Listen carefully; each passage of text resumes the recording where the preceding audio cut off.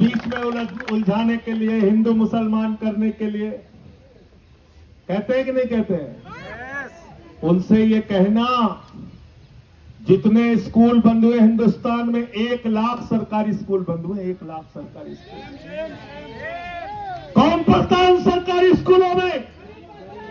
गरीब का बच्चा, पिछड़े का बच्चा, दलित का बच्चा। 1 लाख सरकारी स्कूल हिंदुस्तान में बंद हो गए। 1,20,000 सरकारी स्कूल हिंदुस्तान में है, जिसमें सिर्फ एक टीचर काम करती है। 90,000 सरकारी स्कूल हिंदुस्तान में ऐसे हैं जिसमें बच्चियों के लिए टॉयलेट का इंतजाम नहीं है। इस देश में हजारों लाखों सरकारी स्कूल ऐसे हैं जहां पे मिड डे मील में बच्चों को नमक रोटी खाने के लिए दी जाती है, उनके चावल में कीड़े पड़ जाते हैं।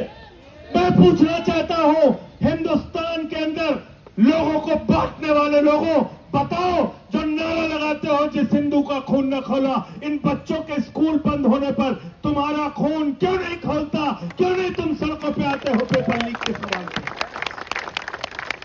आओ जंतर मंतर पे समर्थन करने के लिए आओ इनका साथ दो नौजवानों का। और 20 तारीख से संसद शुरू होने जा रही है।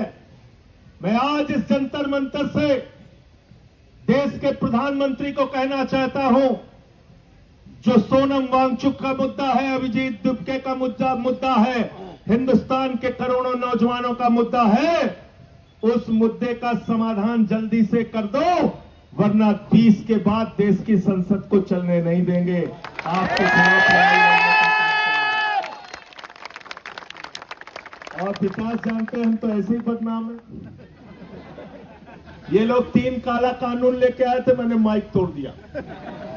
जिस माइक से वो काला कानून पास करने जा रहे थे, मैंने माइक तोड़ दिया, मुझे उठा के सस्पेंड कर दिया। भाजपाई नाराज हो गए, कहने लगे देखिए संजय सिंह ने माइक तोड़ दिया, माइक तोड़ दिया, माइक तोड़ दिया। मैंने कहा बेईमानो, तुमने किसानों की हड्डियां तोड़ी है, मैंने तो सिर्फ माइक तोड़ा, ये काला कानून वापस ले लो।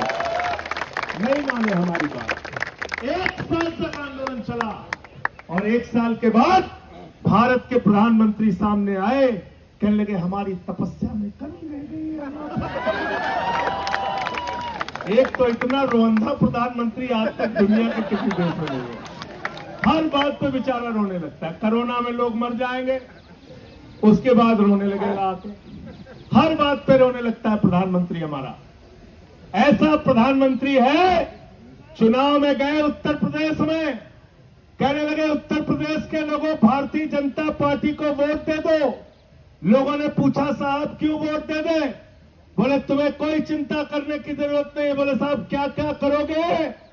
तो देश का प्रधानमंत्री क्या कहता है, जरा ध्यान से सुनना। भारत का प्रधानमंत्री उत्तर प्रदेश में स्कूल बनाने के लिए नहीं कहता, अस्पताल बनाने के लिए नहीं कहता, सड़क बनाने के लिए नहीं कहता, रोजगार देने के लिए नहीं कहता, फैक्ट्री लगाने के लिए नहीं कहता, पेपर लीक रोकने के लिए नहीं कहता। देश का प्रधानमंत्री कहता है भाइयों और बहनों, जरा हमको बताओ, अगर गांव गांव में कब्रिस्तान है तो शमशान होना चाहिए कि नहीं होना? बोला था कि नहीं बोला था? बोला था कि नहीं बोला था? गलत तो नहीं कह रहा हूं? जिस देश का प्रधानमंत्री बच्चों के स्कूल की चिंता नहीं करता, अस्पताल की चिंता नहीं करता, रोजगार की चिंता नहीं करता, तुम्हारे भविष्य की चिंता नहीं करता, जिस देश के प्रधानमंत्री का मकसद गांव गांव में शमशान बनाने का है, वो तुम्हारा भला कभी नहीं कर सकता, याद रखना। अब उसके चेले कहते हैं विश्व गुरु है, 56 इंच का इनका सीना है। मैंने कहा भाई 56 इंच का इंसान का सीना नहीं होता, जानवरों का हो सकता है। ये पहले कहना बंद करो, ऐसे प्रधानमंत्री का अपमान मत करो, ये गलत बात है। अब हमें गधे घोड़े का नापना पड़ेगा कितने इंच का सीना होता है। कहने लगे 56 इंच का, 56 इंच का। अब रोज ट्रंप डांटता रहता है, रोज डांटता रहता है, कहता रूस से तेल मत खरीदना। बोले जी हुजूर। बोले हम देखेंगे तुम्हारे ऊपर। बोले जी हुजूर। बोले अगर पकड़े गए रूस से तेल खरीदते हुए तो टैरिफ बढ़ा देंगे। कहने लगे जी हुजूर हम नहीं खरीदेंगे, नहीं खरीदेंगे। आज देश में महंगाई किसकी वजह से? स्टेट ऑफ हॉर्मोज से जहां से 50% तुम्हारा कच्चा तेल और 60% गैस आती थी, वो स्टेट ऑफ हार्मोज क्यों बंद हुआ? देश के प्रधानमंत्री की गलत नीतियों के कारण। इनको कहीं भी मेडल के लिए बुला लो, चले जाएंगे। मैं तो कह रहा हूं अभिजीत दीपके को सीजेपी के तरफ से एक मेडल प्रधानमंत्री के लिए घोषित कर दो, देखो जंतर मंतर पे भी आ जाएगा।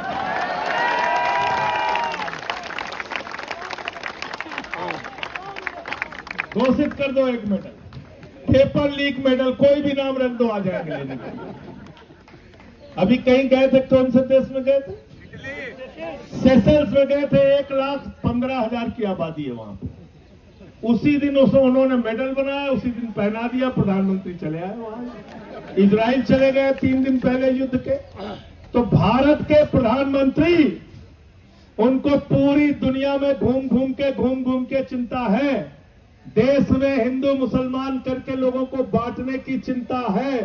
देश के अंदर नफरत फैला के अपने वोट की राजनीति करने की चिंता है। लेकिन पेपर लीक कैसे खत्म हो, इस बात की चिंता अगर प्रधानमंत्री को नहीं है, तो मैं पूरे देश के नौजवानों को आह्वान करना चाहता हूं फिर से एक बार कि एक तरफ 59 साल के हमारे सोनम वांगचुक हैं और दूसरी तरफ हमारा ये भाई, ये नौजवान साथी अभिजीत दीपके है। इनके कंधे से कंधा मिलाने के लिए आओ। हमारा ये रंगा भाई है, इनके साथ दो। हमारे एक एक जितने भी साथी हैं इस जंतर मंतर के आंदोलन में, मैं सर झुका के आप सबको नमन करता हूं, आपके हौसले को नमन करता हूं और यकीन दिलाना चाहता हूं कि सिर्फ बातों में यकीन मत रखना। यहां पे बहुत सारे लोग आएंगे, बोलेंगे और चले जाएंगे, लेकिन हम आपके लिए करते क्या हैं उसके ऊपर पूरी नजर रखना। अगर संसद चली और हमारी और जॉन ब्रिटास की आवाज वहां पर सुनाई नहीं दी, तो सवाल हमसे भी करना। और जो लोग आके यहां पर बड़ी बड़ी बातें करेंगे, सवाल उनसे भी करना। वो शख्सियत आपके बीच में है सोनम वांगचुक जी, जिन्होंने लद्दाख के अधिकारों के लिए लड़ाई लड़ी। हम लोगों की फोन पे उस समय कई बार बातें होती थी। 16 दिन का अनशन इन्होंने किया, 21 दिन का अनशन इन्होंने किया, कई 100 किलोमीटर की पदयात्रा इन्होंने की। आप लोगों ने कई देश के कई हिस्सों में जाके आंदोलन किया, नौजवानों की आवाज उठाई। इस आवाज को कमजोर मत होने देना। आपके सिर्फ जंतर मंतर पर बैठने से पूरी सत्ता कहीं न कहीं हड़बड़ाई, बौखलाई और डरी हुई है। और डरपोक लोग ये सिर्फ पुलिस के भरोसे अपनी छाती चौड़ी करके घूमते हैं। मैं पुलिस के नौजवानों से, मैं पुलिस के जवानों से भी कहना चाहता हूं। हमारे बीच में हरेंद्र यादव हैं, आप हरेंद्र यादव जी हैं और हमारे साथी हैं। ये सेना में इन्होंने कई वर्षों तक भारत की सेवा की है।